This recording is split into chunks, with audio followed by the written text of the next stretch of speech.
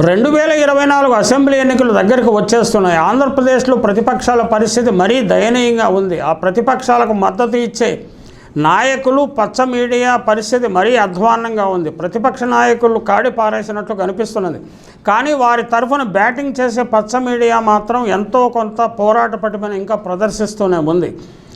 తాజా కొత్త పలుకులు అభిమానమా ఉన్మాదమా అనే శీర్షికతోటి ఆంధ్రజ్యోతి అధినేత రాధాకృష్ణ తన ఉన్మాదాన్ని, వెకిలితనాన్ని పూర్తిగా ప్రదర్శిస్తూ ఒక వ్యాసమే రాసేశాడు. దాని సారాంశం ఏమిటంటే, షర్మిల తెలంగాణ యాత్ర చాలా సజావుగా సాగిపోయిందట. ఆంధ్రప్రదేశ్లో ఏపీసీసీ అధ్యక్ష బాధ్యత స్వీకరించాక ఆమె మీద సోషల్ మీడియా మూకల దాడి ఎక్కువైపోయిందట. కానీ ఇది నిజమా? తెలంగాణలో పాదయాత్ర చేస్తున్నప్పుడే షర్మిలపై అనేక మార్గాల్లో దాడులు జరిగాయి. నువ్వు ఆంధ్రాకు చెందిన వ్యక్తివి, తెలంగాణలో ఎందుకు రాజకీయ పార్టీ పెట్టావు అని తెలంగాణవాదులు ప్రశ్నించారు. తెలంగాణలో పాదయాత్ర ఎందుకు చేస్తున్నావని టీఆర్ఎస్ వర్గాలు ప్రశ్నించాయి. షర్మిలను మరదలోని వ్యాఖ్యానించినందుకు ఒక మంత్రిపై ఆమె అగ్గి మీద గుగ్గిలమయ్యారు. ఆమె వాహన శ్రేణిపై దాడులు జరిగాయి, నిప్పు కూడా పెట్టారు. పోలీసులపై షర్మిల చేసుకున్నారు. షర్మిల కాంగ్రెస్ పార్టీలో చేరడాన్ని కాంగ్రెస్ నాయకులే వ్యతిరేకించారు తెలంగాణలో. ఇటువంటి నేపథ్యంలో తెలంగాణలో షర్మిల యాత్ర సజావుగా సాగిందని చెప్పడానికి రాధాకృష్ణ మాత్రమే సాహసం చేయగలడు. తెలంగాణలో వైఎస్ఆర్టీపీ పార్టీని షర్మిల కాంగ్రెస్లో విలీనం చేశారు. తెగిన గాలిపటంలో ఉన్న షర్మిలకు తాడు బంగారం లేని ఆంధ్రప్రదేశ్ కాంగ్రెస్ పార్టీ తారసపడింది. నీళ్లలో మునిగిపోయేవాడు గడ్డిపోచను పట్టుకున్నట్టు షర్మిల ఏపీసీసీ లభించింది. అంత మాత్రాన షర్మిల ప్రభావం ఉందనుకుంటే పొరపాటే. షర్మిల అనే శిఖండిని ముందు పెట్టుకొని 2024 ఎన్నికల సంగ్రామంలో విజయం సాధించగలమని ప్రతిపక్షాలు ఆశిస్తున్నాయి. తమ ఓట్ల శాతం పెంచుకోగలమని కాంగ్రెస్ కలలు కంటున్నది. వైసీపీకి అనుకూలంగా సోషల్ మీడియాలో పోస్టింగ్లు సహజంగానే షర్మిలకు వ్యతిరేకంగా ఉంటాయి. ఆ పోస్టింగ్లలో వికృతమైన పోస్టింగ్లను ఉదాహరణగా చూపిస్తూ దానికి జగన్మోహన్ రెడ్డి కారణం అన్నట్లు రాధాకృష్ణ సూత్రీకరిస్తున్నాడు. తనదాకా వస్తే తప్ప తత్వం బోధపడదు అన్నట్లు రాధాకు తత్వం బోధపడుతున్నట్లుగా ఉంది.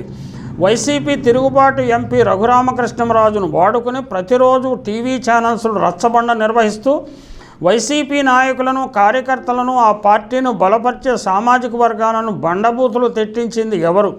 దాని వెనుక ఉన్న సామాజిక రాజకీయ శక్తులు ఏమిటో ప్రజలకు బాగా తెలుసు. 45 సీడీలలో RRR తిట్టిన తిట్లు ఏపీసీఐడి రికార్డు చేసింది, సుప్రీంకోర్టు పరిశీలనకు పంపించింది.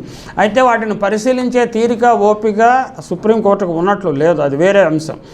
ఆ RRR ఇప్పుడు నరసాపురం నుంచి టీడీపీ టికెట్ ఎందుకు లభించిందో కూడా ప్రజలకు బాగా తెలుసు.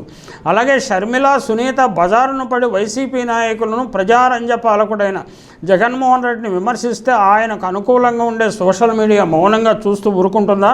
తాట తీసి తప్పకుండా ఆరవేస్తుంది. ఇప్పుడు అదే జరుగుతుంది. చిన్నప్పుడు మనందరం చీమ కథ చదువుకున్నాం కదా, పేదరాశి పెద్దమ్మ. నా బంగారు కలుగులో వేలు పెడితే నేను కుట్టనా అని చీమ అంది కదా. అలాగే తమ అధినాయకుని విమర్శిస్తే సోషల్ మీడియా మౌనంగా భరిస్తుందా? ఒక్కసారి ఆలోచించుకో రాధాకృష్ణ. భువనేశ్వరి వ్యక్తిత్వం హననం ఎవరు చేశారు, ఎందుకు చేశారు? అది ఎక్కడ మనకి క్లిప్పింగ్ అయితే నేను చూడలేదు. ఆ క్లిప్పింగ్ నాకు దృష్టికి రాలేదు. అసలు ఇప్పటికీ స్పష్టత లేదు. వైఎస్ఆర్ కుటుంబంలో మహిళలను కించపరిచే పోస్టింగులు పెడుతున్నప్పటికీ ముఖ్యమంత్రి బెల్లం కొట్టిన రాయిలా మౌనంగా ఉండటం రాధాకృష్ణకు ఆశ్చర్యం కలిగిస్తున్నదట. తమ కుటుంబంలోని ఆడపడుచులను ఆదరించి గౌరవించడం రాయలసీమ సంస్కృతి. సీమకు చెందిన రెడ్డి సామాజిక వర్గీయులు తమ ఇంటి ఆడపడుచులనే కాదు, ప్రత్యర్థుల ఇళ్లలోని మహిళలను కూడా గౌరవిస్తారు. రెడ్డి సామాజిక వర్గము, రాయలసీమ ప్రాంతపు సంస్కృతిలోని ఔన్నత్యము రాధాకృష్ణకు, చంద్రబాబు నాయుడుకు తాజాగా కనిపిస్తున్నట్లు ఉంది. రాధాకృష్ణ గారు రాయలసీమ రెడ్ల వ్యక్తిత్వంలోని ఔన్నత్యాన్ని గుర్తించడం సంతోషమే. రాయలసీమ రౌడీలు, ఫ్యాక్షనిస్టులు అని విశేషణాలను జతపరిచి రెడ్లను కించపరిచే చంద్రబాబు, రాధాకృష్ణులకు క్రమంగా జ్ఞానోదయం అవుతుందని భావించాలా? షర్మిలను, సునీతను వేసై అని జగన్కు ఎవరో సలహా చెప్పారట. వాళ్ళు కిరాతకులట. దానిపై పౌర సమాజం మౌనంగా ఉందట. రాధాకృష్ణ అందుకు తెగ మదన పడిపోతున్నాడు. ఎవరు సలహా చెప్పారు, ఎవరికి సలహా చెప్పారు, ఎవరు ఆ సలహా మీద యాక్ట్ చేస్తారు, పౌర సమాజం ఎందుకు స్పందించాలి? రాధాకృష్ణ చెప్పాలంటే ఉవ్వెత్తున ఉద్యమించి చంద్రబాబును ముఖ్యమంత్రి సీట్లో కూర్చోబెట్టాలనేది రాధాకృష్ణ తాపత్రయము, పచ్చ మీడియా తాపత్రయం, తెలుగుదేశం తాపత్రయం. కానీ ప్రజలకు వాస్తవాలు బాగా తెలుసు. అలాగే జగన్మోహన్ రెడ్డి వ్యక్తిత్వాన్ని పలచన చేయడానికి ఇంకా ఆయన చాలా రాశారు. పులివెందుల పులి అని జగన్ ఆయనకు మద్దతుదారులు శ్లాఘిస్తూ ఉంటారు. ఆయన పులి కాదు పిల్లి అని ఇప్పుడు షర్మిల బయటపెట్టిన రహస్యంతో స్పష్టమవుతోంది. సోనియాని ధిక్కరించి మరి జగన్ అధికారంలోకి వచ్చారని ఇప్పటిదాకా జరిగిన ప్రచారం బోగస్ అని షర్మిల మాటలతో తేలిపోయిందట. షర్మిల ఏం మాట్లాడారో నేను వినలేదు. జైల్లో ఉన్నప్పుడు తనకు బెయిల్ కోసం సోనియా వద్దకు జగన్ రెడ్డి తన భార్య భారతీ రెడ్డిని రాయబారం పంపారని షర్మిల చెప్పకనే చెప్పారు. అంటే ఎందుకు వెళ్ళారో తెలియదు. ఈ రాయబారానికే వెళ్ళారనుకుంటా. రాజకీయాల్లో రాయబారాలు జరపటము, తెర వెనుక జరపటము ఇవన్నీ సర్వసాధారణమే. ఎన్టీ రామారావుని నాదెండ్ల భాస్కర్రావు దింపేసినప్పుడు ఎన్టీ రామారావు స్వయంగా ఇందిరాగాంధీ వద్దకు వెళ్ళి దాసోహం అని, అమ్మా నేను అసెంబ్లీ ఎన్నికలకు మాత్రమే పరిమితం అవుతాను, పార్లమెంటు మీరు పోటీ చేయండి అని బేరం కుదుర్చుకున్నట్లు, రాజీవ్ గాంధీతో కుదుర్చుకున్నట్లు నాదెండ్ల భాస్కర్రావు తన పుస్తకంలో స్పష్టంగా రాశారు. కాబట్టి తెర వెనుక దౌత్యం జరగదు. దౌత్యం అనేది రాజకీయంలో ఒక భాగం. అది రాధాకృష్ణ కూడా బాగానే తెలుసు. ఇక వైఎస్ షర్మిల గురించి సోషల్ మీడియాలో వచ్చిన పోస్టింగ్స్ మరి రాహుల్ గాంధీకి ఎవరు బ్రీఫ్ చేశారో కానీ ఆయన కూడా ఒక ట్వీట్ చేశారు. వైఎస్ షర్మిల సునీతారెడ్డిపై వైసీపీ మూక సోషల్ మీడియాలో అనుచిత వ్యాఖ్యలు చేయడాన్ని కాంగ్రెస్ పార్టీ తీవ్రంగా ఖండించింది. వీరిద్దరికీ పార్టీ మొత్తం అండగా ఉంటుందని ప్రకటించింది. మహిళలను కించపరచడం అమానుషమని, ఇది పసుపరుత్తనేనని కాంగ్రెస్ అగ్రనేత రాహుల్ గాంధీ ఎక్స్ వేదికగా మండిపడ్డారు. ఈ సుభాషితాలు అందరికీ తెలుసు. మహిళలను బెదిరించడం, అవమానించడం నీచమని, అది పిరికి పందల చర్య అని ఆక్షేపించారు. ఇలాంటి చర్యలు కాంగ్రెస్ ఆత్మస్థైర్యాన్ని దెబ్బతీయలేవని పేర్కొన్నారు. కాంగ్రెస్ ఎక్కడ ఉన్నది ఆంధ్రప్రదేశ్లో? దానికి ఆత్మస్థైర్యం ఎక్కడ ఉన్నది? రానున్న ఎన్నికల్లో 2024 పార్లమెంట్ ఎన్నికల్లో 50 నుంచి 40 సీట్లకు పడిపోతుందని అందరూ చెబుతున్న తరుణంలో మీకు ఆత్మస్థైర్యం ఉన్నా లేకున్నా ఒకటే. తెలంగాణలో విజయం సాధించిన మాట నిజమే, కానీ అది కూడా 1.5-2% ఓట్లతోటే సాధించామన్న విషయాన్ని మర్చిపోకూడదు రాహుల్ గాంధీ కూడా. షర్మిలకు మద్దతుగా నిలుస్తామని రాహుల్ గాంధీ స్పష్టం షర్మిలకు ప్రజల నుంచి భారీ మద్దతు లభిస్తుండటంతో షర్మిలకు భారీ మద్దతు లభిస్తున్నదట. అంటే మరి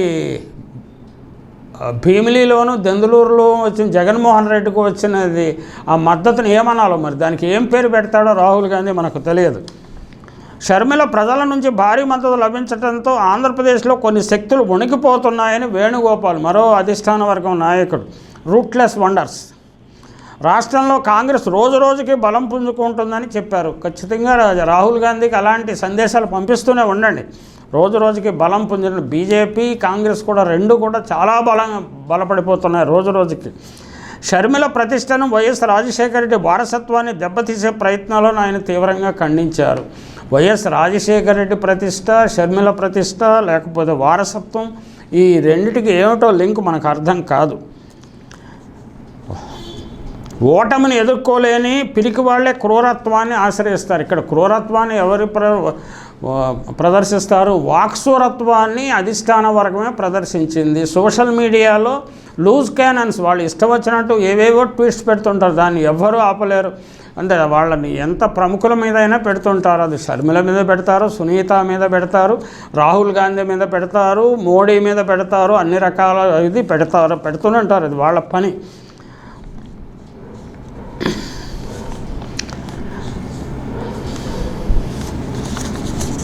రాధాకృష్ణ, రామోజీ, TV5 వంటి పచ్చ మీడియా సంస్థలు వైసీపీ సోషల్ మీడియా దెబ్బకు ఎంతగా గంగిరాలు తిరిగాయో సోషల్ మీడియా మీద దాడి చేయడాన్ని బట్టి అర్థం చేసుకోవచ్చు. తాజా కొత్త పలుకులో రాధాకృష్ణ అక్కసు చూస్తే మనకు తప్పకుండా తెలిసిపోతుంది. సోషల్ మీడియాలో తనపై జరుగుతున్న దాడి చూసి షర్మిల కుమిలిపోతున్నారట. ఆమె చేసే విమర్శలతో తెలంగాణలోనూ ఆంధ్రాలోనూ రాజకీయ నాయకులు కుమిలిపోరా, తన దాకా వస్తే తప్ప తత్వం బోధపడదని అందుకే అంటుంటారు.